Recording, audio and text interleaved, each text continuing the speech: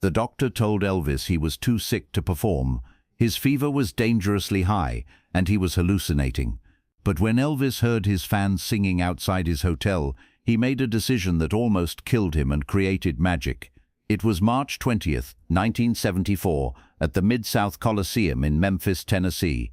Elvis was scheduled to perform 2 shows that night for his hometown crowd, always the most important audiences of his career. But in his suite at the Peabody Hotel, the king of rock and roll was fighting a battle that had nothing to do with music. Elvis was dying. Well, maybe not literally dying, but he was sicker than he'd ever been in his adult life. A severe case of flu had turned into something much worse, and his temperature had spiked to 104 V. Dr. Nick Nicopoulos, his personal physician, had been monitoring him for 3 days, pumping him full of antibiotics and begging him to rest. But tonight was different. Tonight, something happened that changed everything. 72 hours. Elvis had been in and out of delirium. The fever was so high that he was experiencing hallucinations, seeing people who weren't there, having conversations with his deceased mother Gladys, and at one point believing he was back in the army. Elvis was in no condition to perform, Dr. Nick later revealed. His temperature was dangerous, his blood pressure was erratic, and he was having episodes where he didn't know where he was. I told him flat out, if you go on that stage tonight, you could collapse and die in front of 22,000 people. At 6 p.m., 2 hours before showtime, word had leaked that Elvis was sick and might cancel the show. Hundreds of fans had gathered outside the Peabody Hotel, and instead of demanding refunds or going home disappointed, they started an impromptu vigil. They were singing Elvis songs, Love Me Tender, Love Me Sweet, Never Let Me Go. The voices of hundreds of people, singing his songs back to him, drifted up through the March evening air and into his hotel room. Elvis, even in his fevered state, could hear every word. You have made my life complete, and I love you so. Joe Esposito, Elvis's road manager, later said, that's when everything changed. Elvis was lying in bed, sweating through his 3rd set of pajamas, when he heard that singing. He sat up like he'd been hit by lightning. The fever was still there. He was still sick as hell, but something in his eyes changed. But Elvis wasn't listening to medical advice. He was listening to something else. From his hotel room window, 15 floors above Beale Street, Elvis could hear something that cut through his fever-induced fog like a knife through butter. His fans were singing. Elvis stumbled to the hotel room window and looked down at the crowd. Even from 15 floors up, he could see hundreds of people holding candles, singing his songs, hoping he would get better. They came here for me, Elvis whispered to Joe. They didn't come here for a show. They came here for me. Dr. Nick, who had been preparing to call the venue and officially cancel both shows, watched in horror as Elvis started getting dressed. Elvis, you can't be serious, Dr. Nick said. You can barely stand up. Doc, Elvis said, his voice hoarse but determined, those people down there are singing my songs because they love me. How can I not sing back? You could die on that stage. Elvis looked at Dr. Nick with eyes that were bright with fever, but clear with purpose. Then I'll die doing what I love, for the people I love. What happened next was unlike any pre-show preparation in Elvis's career. Instead of his usual routine of warming up, joking with the band and getting psyched up, Elvis was fighting just to stay conscious. His costume designer had to help him into his jumpsuit because his hands were shaking too badly to work the zippers. His hairstylist had to keep stopping to let Elvis rest because he kept getting dizzy. But the strangest part was Elvis's mental state. The fever seemed to be stripping away all of his usual performance anxiety and leaving something raw and pure underneath. It was like Elvis was channeling something deeper than his normal performing self, remembered Charlie Hodge, his longtime friend and guitarist. He wasn't preparing to put on a show, he was preparing to bare his soul. The journey from his dressing room to the stage, normally a confident stride that took 2 minutes, became a 10-minute ordeal. Elvis had to stop 3 times to catch his breath, and once to sit down because he was so dizzy. His band members were terrified. James Burton, his lead guitarist, later said, "We all thought we were about to watch Elvis collapse on stage, but we also knew there was no talking him out of it." When Elvis finally reached the side of the stage and heard the roar of 22,000 people who had waited patiently for over an hour, something shifted in his fevered brain. The crowd, Elvis said to Joe Esposito. "They sound like angels." When Elvis walked onto the stage at the Mid-South Coliseum, the audience immediately knew something was wrong. His usual confident swagger was replaced by a careful, almost fragile walk. His skin was pale and glistening with sweat, and his eyes had that bright, intense look that comes with high fever. But when 22,000 people erupted in applause and love, Elvis straightened up slightly and managed his famous grin. "Good evening, Memphis," he said into the microphone, his voice noticeably weaker than usual. "Y'all are going to have to help me out tonight. I'm feeling a little under the weather." The crowd responded with even louder cheers and shouts of "We love you, Elvis." "I love you too," Elvis said, and for the first time in years, everyone could hear that he absolutely meant it. What followed was medically impossible and artistically transcendent. Despite his 104 fever, despite his weakness and disorientation, Elvis began to sing with an emotional intensity that nobody in that arena had ever heard before. It was like the fever had burned away everything superficial about his performance and left only the pure essence of his musical soul. His first song was "Love Me Tender," and when he sang the opening lines, his voice was so vulnerable, so heartbreakingly sincere, that people in the front rows started crying immediately. "The fever seemed to strip away all of Elvis's defenses," said music critic Robert Christgau, who was in the audience that night. "He wasn't performing these songs, he was living them." Here's where the story gets really incredible. Elvis's fever-induced hallucinations didn't stop when he got on stage. They continued throughout the performance. But instead of fighting them, Elvis seemed to incorporate them into his show in ways that created pure magic. During "Are You Lonesome Tonight?", Elvis began having a conversation with someone the audience couldn't see. Later, it became clear he was talking to his mother Gladys, who had died 16 years earlier.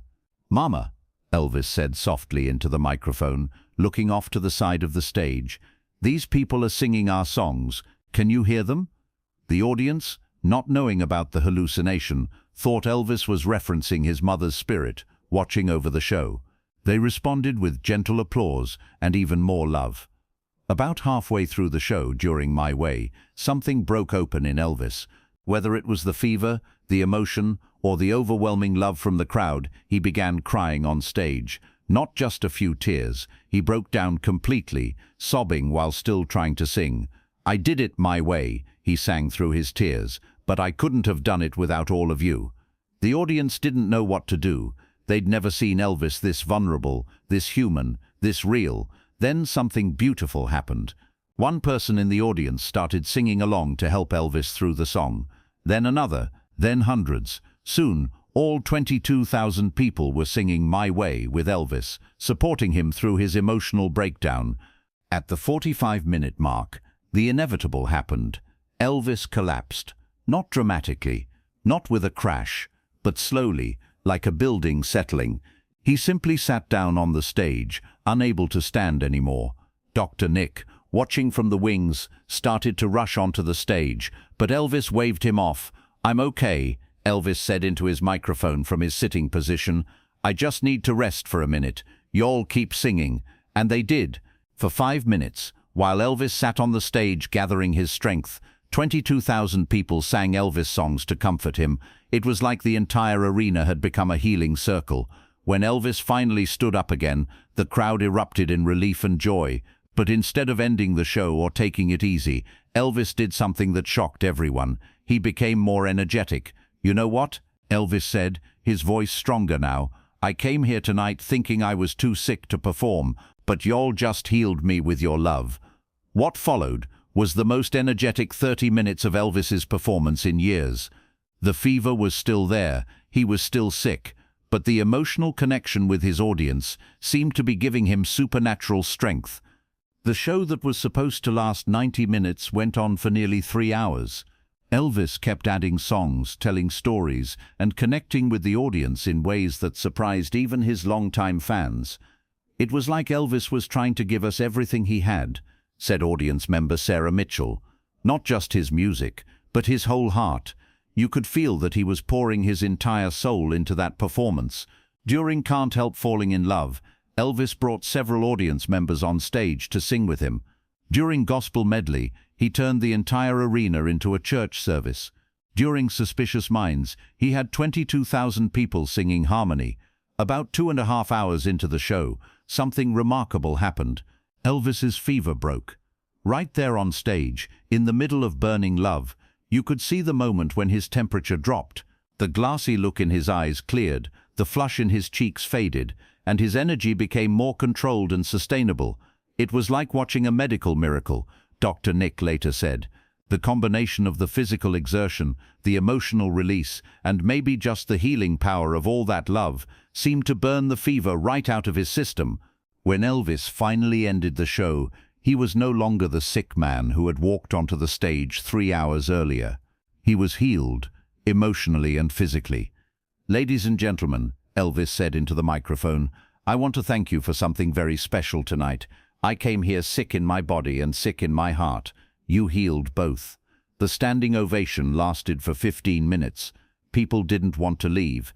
They had witnessed something that felt sacred, something that went far beyond entertainment. The next morning, Elvis's temperature was completely normal. His blood work showed no sign of infection. Dr. Nick ran every test he could think of and found that Elvis was completely healthy. "I've been practicing medicine for 30 years, Dr. Nick said, and I've never seen anything like it. It's like the fever just burned itself out through that performance." Medical experts who later studied the case suggested that the combination of physical exertion, emotional catharsis, and psychological healing created by the audience's support could have triggered Elvis's immune system to overcome the infection. For Elvis personally, the March 20th concert was transformative. He discovered that his deepest, most vulnerable self was also his most powerful performing self. After that night, Elvis approached his shows differently, observed Joe Esposito. He was less concerned with being perfect and more concerned with being real. The Fever concert taught him that audiences didn't want him to be superhuman. They wanted him to be genuinely human. The entire concert was recorded by multiple audience members, and the bootleg recordings became legendary among Elvis fans. But it's not just the music that people treasure, it's the emotional journey, the vulnerability and the healing that you can hear happening in real time. "You can hear Elvis's soul being healed through that performance," said Elvis historian Jerry Osborne. "It's one of the most emotionally powerful recordings in rock history." Today, the March 20th, 1974 concert is considered one of Elvis's greatest performances, not because it was technically perfect, but because it was emotionally perfect. It proved that sometimes the most powerful art comes from our most vulnerable moments, that healing can happen through performance, that love between performer and audience can transcend physical limitations.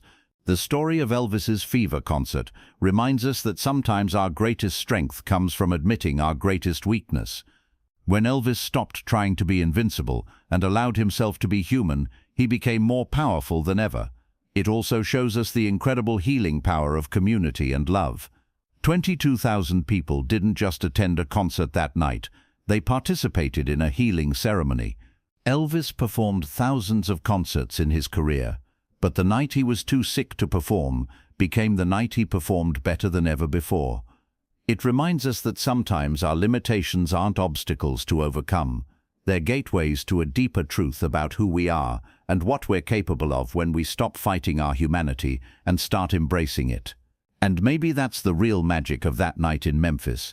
Not that Elvis overcame his fever to perform, but that he allowed his fever to strip away everything false about his performance and reveal the healing power of authentic human connection.